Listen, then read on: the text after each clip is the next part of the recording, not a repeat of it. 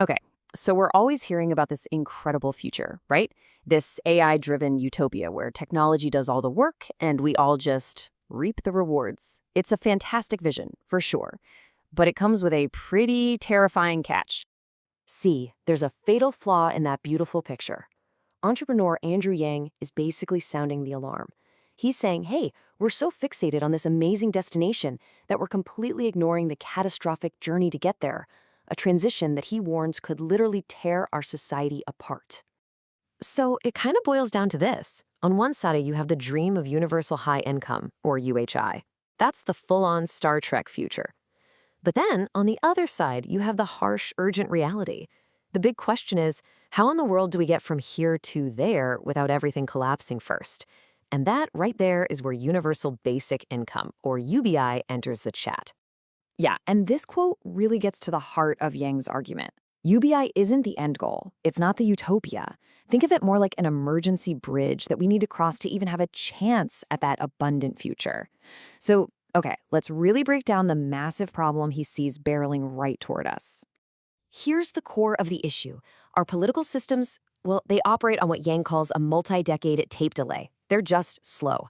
Meanwhile, AI development is accelerating at this insane exponential speed.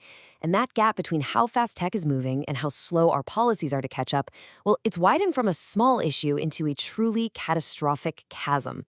And look, this is not some theoretical threat that's decades away. No, it is happening right now. You have a major AI company, Anthropic, openly predicting that half of all entry-level white-collar jobs are going to vanish in the next 5 years. You've got CEOs candidly planning these waves of mass layoff. And Wall Street, they love it, rewarding companies with huge stock bumps for cutting their workforce. This line just perfectly illustrates where the first blow really lands.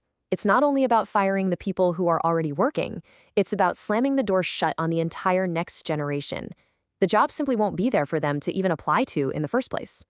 And the result is this staggering statistic. Over half of recent college graduates are unemployed. I mean, for the first time in modern history, that promise we were all told, get good grades, go to a good school, and you'll get a good job, that promise is fundamentally broken. And this isn't just an economic statistic. It's like lighting the fuse on a much bigger societal bomb. This is about way more than just economics. It's not a simple equation of jobs lost and jobs gained. This is about the actual fabric of our society, the social contract, starting to completely disintegrate under the strain. And that leads to widespread anger and, frankly, despair. Just look at the traditional pillars of a stable life. A college degree is starting to feel valueless in the job market. The average first-time homebuyer is now 40 years old. And millions are just stuck living paycheck to paycheck.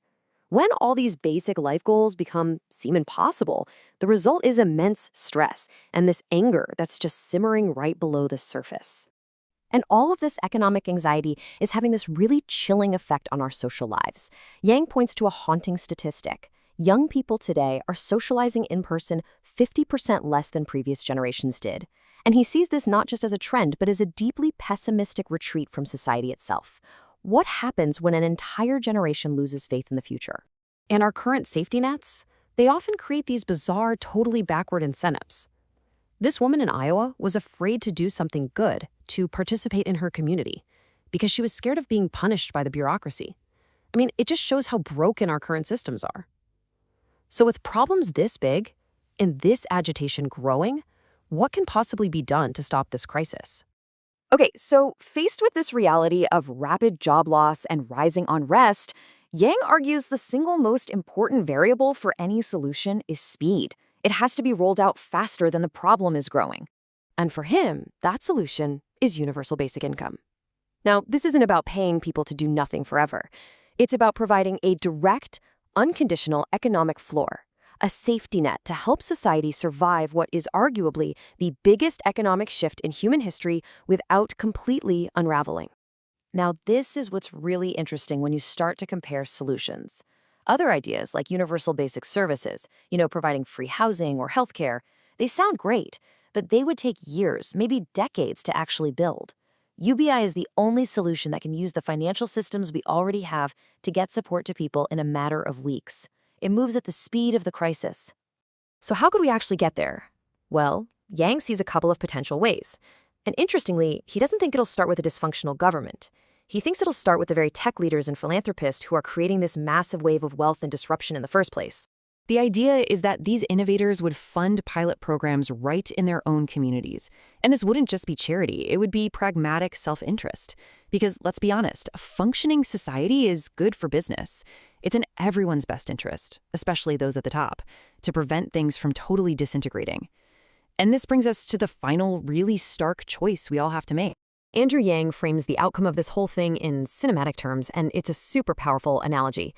He says we are actively, right now, steering our society toward one of two very, very different futures. And there's really no middle ground. On one path, you've got the dystopian breakdown of Mad Max, widespread social unrest, scarcity, despair, the social contract completely torn apart. But on the other path is the utopian vision of Star Trek, a future where abundance allows for a whole new economy built around human flourishing, purpose, and community. So the crucial point is this.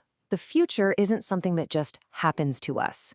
That Star Trek utopia won't arrive by accident. It has to be deliberately built. It's a choice. The race between utopia and dystopia is on. And the question is no longer what the future will look like, but which future we are going to choose to build, starting right now.